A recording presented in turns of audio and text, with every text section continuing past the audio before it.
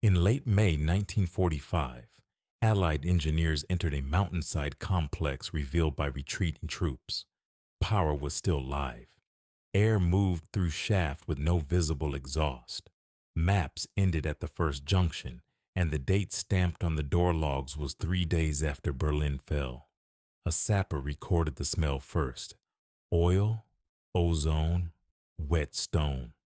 Then the sound, a low oscillation that faded when they stopped moving.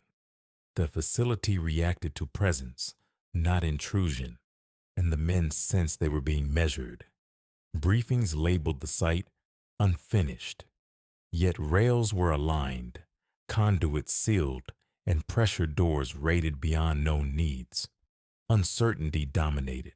No command owned the space, and no doctrine explained it. Initial surveys charted barely 40%. Corridors forked into blind turns that weren't blind at all, ending in reinforced bulkheads welded from the inside. The geometry suggested intentional incompletion, as if sections were withheld rather than abandoned. A British officer noted instrumentation without endpoints, gauges with no labels, cables disappearing into rock. Readings fluctuated when teams crossed thresholds, then stabilized when they withdrew, implying sensitivity to configuration and movement. Soviet liaison teams arrived with their own specialists and withdrew quickly. Their reports cited conditional hazards and recommended sealing. Translators flagged the phrase as precise, not rhetorical, hinting danger depended on alignment, not access.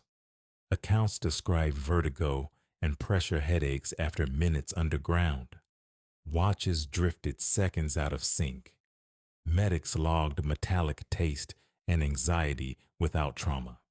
Human reactions preceded any measurable fault. Allied command debated demolition. Geologists warned collapse could propagate unpredictably. Engineers argued that blasting unknown voids risked creating worse conditions. The abstract antagonist was terrain, indifferent to planning or urgency. Temporary seals were installed, numbered but unmarked. Some were later found reinforced without orders. The facility appeared to be closing itself by human proxy, preserving absence rather than inviting exploration. The official record concluded no further action. Privately, officers agreed on one point: mapping everything might be more dangerous than leaving parts unknown. The mountain kept its silence, and the doors stayed shut. Post-war surveys expanded cautiously, advancing only along routes already ventilated.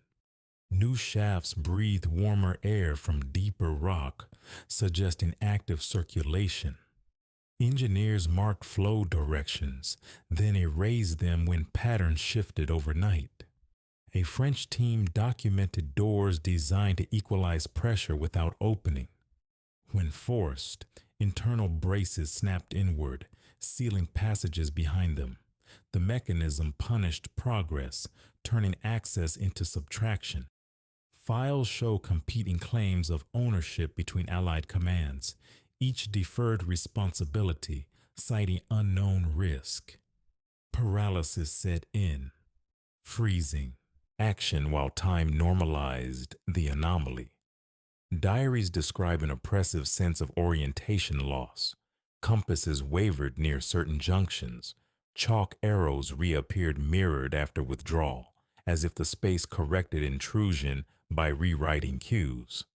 Electrical rooms contain generators with immaculate bearings, yet no fuel lines. Load tests registered transient spikes when personnel clustered, then vanished when teams dispersed, implying demand driven by presence, not machines. Soviet memos recommended compartmental sealing rather than clearance. The advice contrasted with standard doctrine and was quietly adopted. Barriers multiplied, not to hide contents, but to preserve separation. A medical officer logged symptoms escalating with familiarity. Veterans reacted sooner than newcomers. Exposure limits were revised downward, acknowledging sensitization rather than adaptation as the governing response. Allied engineers proposed flooding sections. Hydrologists warned of unknown voids and siphons. Water, like explosives, could propagate effects unpredictably through unmapped volumes. By 1947, the mapped portion plateaued. Effort shifted from exploration to monitoring. Sensors were installed and later removed when readings correlated with foot traffic rather than geology. The mountain entered bureaucracy as a closed question. Officially incomplete, unofficially avoided, the facility became a problem solved by refusal rather than resolution. Periodic inspections replaced surveys. Teams entered briefly, recorded nothing new, and withdrew. Any attempt to push deeper coincided with pressure changes and power fluctuations that ceased once personnel dispersed. Intelligence reassessed the site as a liability, not an asset. With no clear payload or production line, value could not be measured. Risk, however, remained undefined and therefore unacceptable.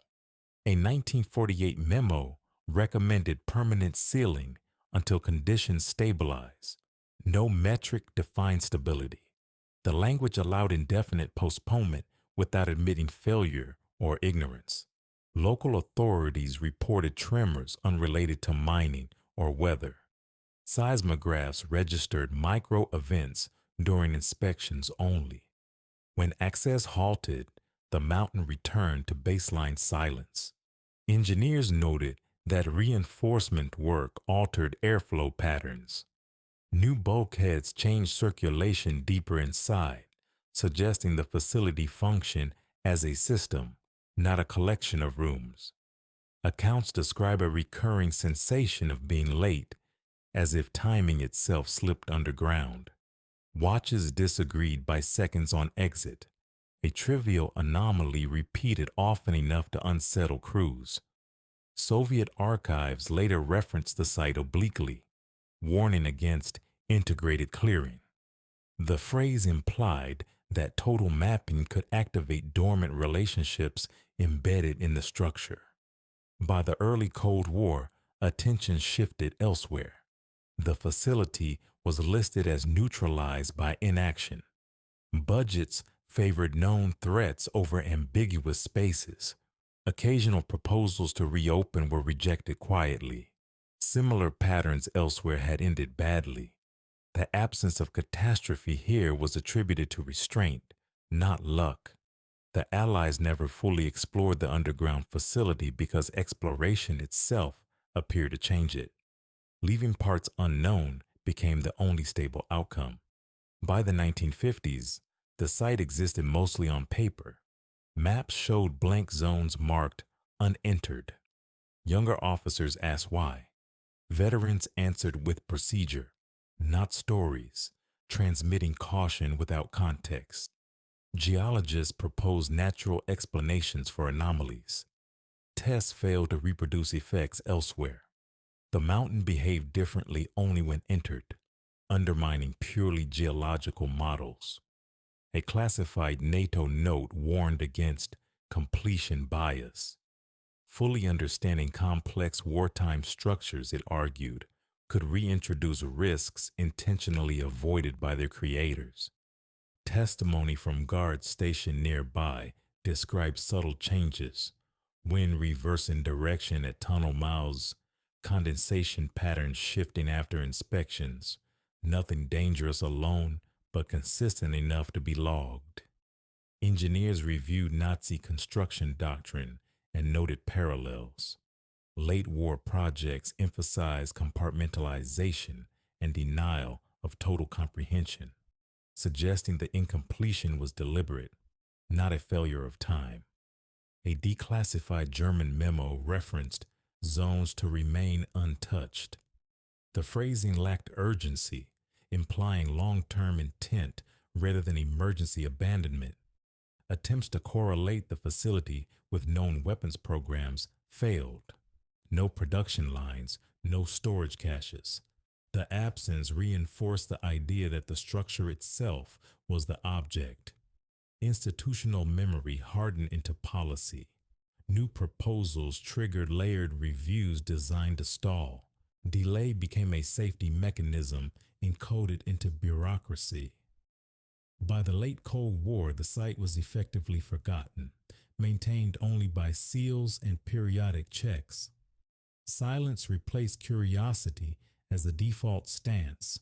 What the Allies never fully explored was not just underground space, but the consequence of completing a system designed to resist being known. In the 1990s, declassification requests reopened the file. Inspectors found seals intact and newer than expected. Maintenance logs showed quiet upkeep, suggesting the site was monitored even when ignored. Modern surveys use remote sensing only. Results were inconclusive. Subsurface voids appeared to rearrange statistically between passes, forcing analysts to average data rather than trust single readings. Local officials confirmed some sections remain sealed today. No tours, no access permits. The closures are justified as safety measures, though no active hazard is publicly defined. Historians argue the facility represents a rare case where incompletion was intentional. Built to function only in fragments, it denied occupiers the option of mastery through mapping. In hindsight, the Allies may have honored the original design. Logic by stopping. Full exploration risked activating relationships embedded in the structure itself. A further conclusion followed. Leaving it untouched preserved stability. Each generation inherited peace not from conquest, but from refusal to finish what was started. The underground Nazi facility remains partially closed because closure proved safer than clarity. Some spaces endure not as secrets, but as warnings etched into stone.